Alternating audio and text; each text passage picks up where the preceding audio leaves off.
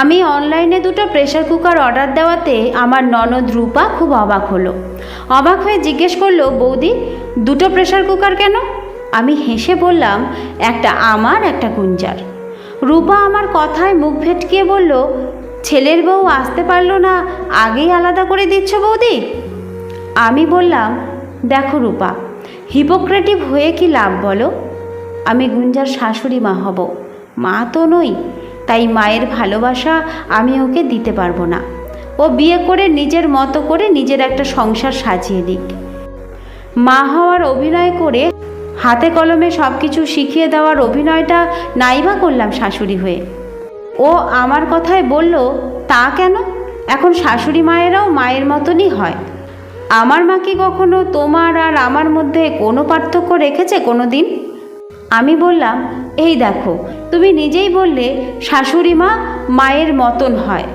তার মানে তারা মা হন না, শুধু ছেলের বউ মা বলে ডাকে বলে মায়ের মতন হয়। আর তোমার মায়ের চোখে আমি তুমি সমান বুঝি?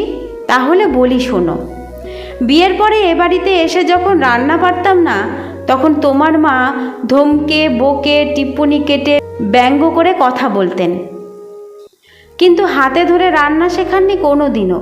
রজত কখনো প্রতিবাদ করলে উনি বলতেন, নিজের মেয়ের মতো করে শিখিয়ে নিচ্ছি, তুই আমাদের শাশুড়ি বউয়ের মধ্যে পড়িস না তো। কিন্তু মজার কথা দেখো, তোমার যখন অতনুর সাথে সম্বন্ধ ঠিক হলো, তখন তোমার এই মাই কি বললেন অতনুর বাবাকে? কিছু মনে করবেন না, আপনার স্ত্রী নেই, তাই বাইরে থেকে হোম ডেলিভারিতে খাবার আসে। কিন্তু রূপা আপনাদের বাড়িতে যাওয়ার পরে সেটা হতে থাকলে কেমন দৃষ্টিকটু ব্যাপার হবে। তাই রূপা যাওয়ার আগেই রান্নার লোক আর সব সময়ের কাজের লোক রেখে দেবেন। আমার মেয়ে এত কাজ করা অভ্যস্ত নয়। মনে আছে তোমার কথাগুলো? যখন তুমি অতনুর টাকায় বেড়াতে যাও, তখন তুমি ভ্রমণশীল মানুষ, আর যখন আমি বেড়াতে যাবার বায়না করতাম, তখন তোমার মায়ের ভাষায় আমি ছিলাম বেহিসেবি মানুষ। তাহলে বলো, শাশুড়ি মা কি করে মা হলেন? যখন তুমি পুজোয় মায়ের চেয়ে দামি শাড়ি কেনো, তখন তোমার মায়ের এগোতে লাগে না, কিন্তু যখন আমি কিনি তখন তার অপমানে লাগে, সে তুলনামূলক কম দামে শাড়ি পেয়েছে বলে।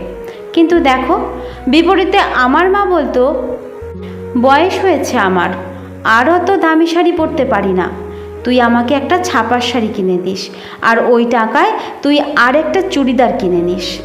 তাহলে থাকলো কি না তফাৎ মা আর শাশুড়ি মাতে? তোমার যখন ছেলে হলো, তখন আয়া রাখতে তোমার মাই বললেন অতনুকে, অথচ আমি চাকরি করার পরেও, বুবুন হবার পরে তোমার মা আমাকে একটা আয়া রাখতে দেননি। অথচ আমার মা রোজ বিকেলে বুবুনের সাথে খেলা করার অছিলায় এসে আমাকে একটু বিশ্রাম দেওয়ার চেষ্টা করত।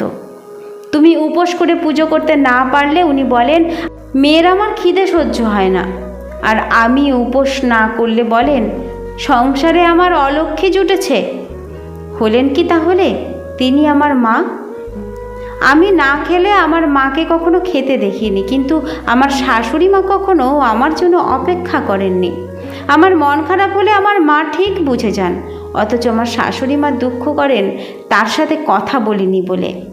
আমি যখন কোনো কাজে ব্যর্থ হই, তখন আমার মা আমার মনের জোর বাড়ান পরের বার জিতব বলে, আর আমার শাশুড়ি মা সে সময় আমার ব্যঙ্গ করেন, ধর্ম দেখেন। তোমার ভুল ত্রুটিগুলি ছেলে মানুষই, আর আমার ভুল ত্রুটিগুলি গর্হিত অপরাধ। ছেলের বউকে নিজের মেয়ে বললেই সেই মেয়েটার মা হওয়া যায় না রূপা। মা কখনো সন্তানের প্রতিদ্বন্দ্বী হয় না, কিন্তু দুঃখের বিষয় শাশুড়ি মা তার ছেলের বউকে সেটাই মনে করেন। তাই আমি আর কিছু শাশুড়ির মতো ছেলের বউকে মেয়ের মতো করে ভালোবাসতে চাই না। তাকে ছেলে বউয়ের জায়গাতে রেখেই তাকে তার উপযুক্ত সম্মান দিতে চাই, আর সর্বোপরি দিতে চাই তার নিজের একটা সংসার তার স্বামীর সাথে। সেই সংসারে আমার ছেলে থাকলেও সেই ছেলের সূত্র ধরে কোনো দাবি খাটাতে যাব না কোনো দিন। অলক্ষ্যে ওদের সুখটাকে উপভোগ করব শুধু। আমার কথা খুব একটা মনোপুত হলো না রূপার, কিন্তু আমি খুব তুষ্ট হলাম নিজের মুখে মুখোশ পরার খেলায় না ঢুকে। গুঞ্জা আমাকে মায়ের মতো না দেখলেও হবে, ওর মা ওর জন্য যা করেছেন আমি তা কোনোদিনই করতে পারবো না। কিন্তু তাই বলে গুঞ্জার সাথে আমার ভালোবাসার সম্পর্ক থাকবে না সেটাও না।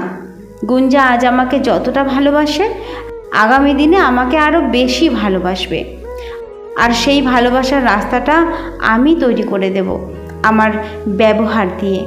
কে বলে ছেলের বউ শাশুড়ি মাকে ভালোবাসতে পারে না? ছেলের বউ কি তার শাশুড়ি মাকেও কম ভালোবাসে নাকি? আমি গুঞ্জার শাশুড়ি মা হয়েই খুশি। গুঞ্জার মা হয়ে উঠব এমন সাধ্য আমার নেই, সত্যিই নেই।